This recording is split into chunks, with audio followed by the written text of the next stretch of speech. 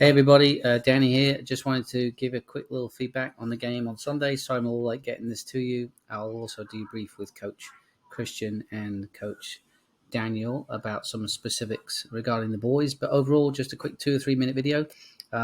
So we played with this sort of three at the back and then two here in the middle of midfield, and we just designated one of them as being more defensive and one to be a bit more of an attacking type of player. And then two kind of wide players up here that would help track back, and one here, and then a centre forward. So that was our basic formation. Overall, we had a great game. It was an even game against Bedford. I think they wore some orange, but maybe primarily black. I can't remember. It was a windy day. So some good points for us. The basic shape of the group, especially when we were defending, was really good. So, for example, if a player, say, just here had the ball, we found ways that this player would help out. We were always defending in twos when they had ones. So we never really looked like we were really stretched. They did have a speedy guy down here.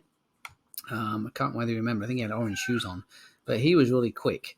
And we took care of him a couple of ways. We got a little tighter to him, but also we just make sure we had that cover there. So I know that's been something that Coach Daniel and Christian have worked on. But having that little coverage from someone behind you is important. And either whether it came from a wide person or it came from a centre-back, it kind of worked out nicely. So we always had backup. We're also comfortable playing the ball backwards to clear it, and we have players that can do that, both jobs. But at this age group, if we can get to an understanding that if you're under pressure just here with the ball facing the wrong way, um, um, if we can get comfortable understanding this, right? Often this is pretty typical for younger players, but player here, we're obviously in white and blue, facing this player as an out pass, and this person here is putting pressure on. At this point here, this player will sometimes turn into, hang on a sec, will try and just sort of go 1v1 here with a back to goal. And that's just a risky thing to do if we lose it. So just trusting that teammate there and then clearing the ball if we need to, perfect. And we did that several times. This player can also find a way to help themselves, give themselves a little more time by just dropping into that spot just there. And then there's a chance to have more time on the ball. And when we get a little older, a little bit more comfortable, these types of things will happen. This player can get a little deeper and a little deeper, and we can play a pass there that's very controllable. And at that point there, that player gets out. And now this person has something to deal with.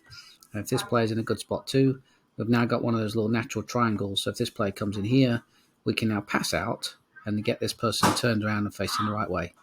So we go from being in a position where we are stuck to finding a way to get higher up the field. So that was pretty good. Things to work on. So join into attack.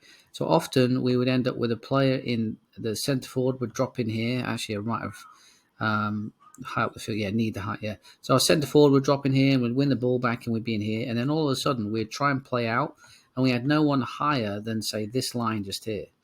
And that just gets very difficult. So at that point there, there's nowhere to go. They could come in here and kind of squeeze us and get close to us, and we'd try and play a pass, and then we'd lose it. Oop, I moved the wrong piece.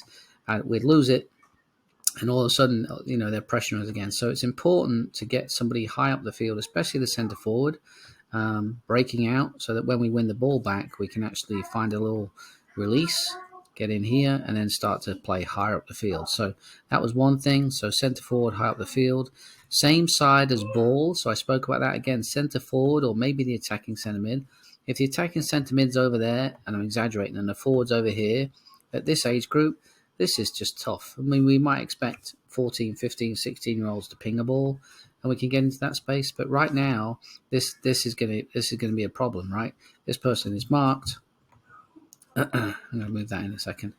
This person is marked by the orange player. This person's, and this now under pressure. This is going to get lost, all right? So we need, if we think about this, I drew this yellow line. We do this a lot with our forwards, and we just put that penalty spot to penalty spot. And so same side as ball basically says that the attacking players get on the same side of the field as the ball, right in there. And now all of a sudden we can start to see things happen. All right. So that was good. Other things to work on, I didn't put it in the list, but I should do that, is sort of that game prep mentality. I think the guys were, let me write that. And then the other one was requests. So again, we're younger age groups. I understand that, but game prep, I think we were just smashing the ball around and looking like crazy people, and that's okay for a little bit. But at times, we just need to get ready for a match so we can compete and get your head sorted out a little bit. I'm not saying be super serious, but paying attention and those types of things. And then requests. So all throughout the game, there were requests. Can I play here? Can you take such and such off? Can such and such play here? And the answer from me at least, and it could well be you other coaches in the future, is no. We can talk about those things in training, but right now I'm going to manage the game, and we'll talk, but it can't be that we deal with 50 requests that I want to play right wing, and can you take this person off so I can play here? And no, we just want to find a way just to manage the game as coaches as best we can. And then last little bit, I have another thing here in terms of width to attack. So I think it's here. There it is. So we call this width to attack, and I'm sure people at the game would recognize this situation, but we would be attacking in these situations here, and we have a choice to make. So the first one is dribble versus pass. So right now, I always think about what does the other team look like, and how can they stop what we're doing.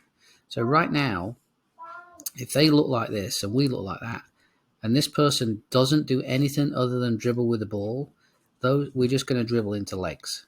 And I remember either here or many times in the middle field, it looked like this. There was no room to play. And we've done training sessions where we've had kids play in a tiny space just to sort of visualize how silly that might be and how difficult that might be. So in these situations, the dribble part could well be a 1v1, but right now that's a 1v3. That's probably not good odds. And again, normal for this age group. So we might encourage the passing piece. But if we look like this, where do we pass? We can't pass here. We sometimes pass the ball here and it went straight to the goalkeeper like 4 or 5 times. So if we're choosing to pass in these situations, again, I think about the my alarm went off. We think about the other team and the worry that we might cause them.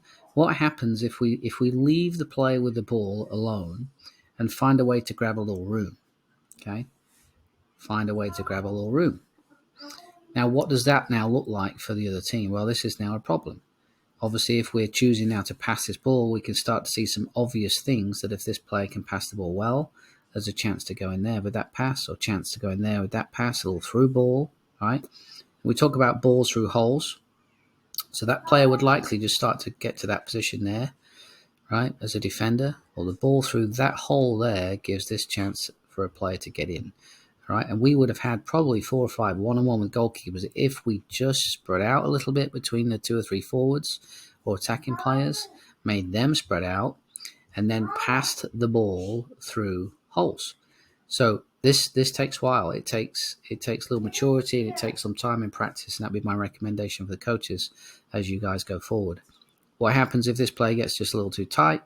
Well, great. At that point there, we then talk to this player about turning their feet, right? So rather than facing, if I can spin him, rather than facing this way, you're going to turn your feet, look over your shoulder, and just trust that this ball comes through that hole and you get on the outside of him. And if we get the timing right, we've got a great opportunity right now to get you in on goal. So there we go.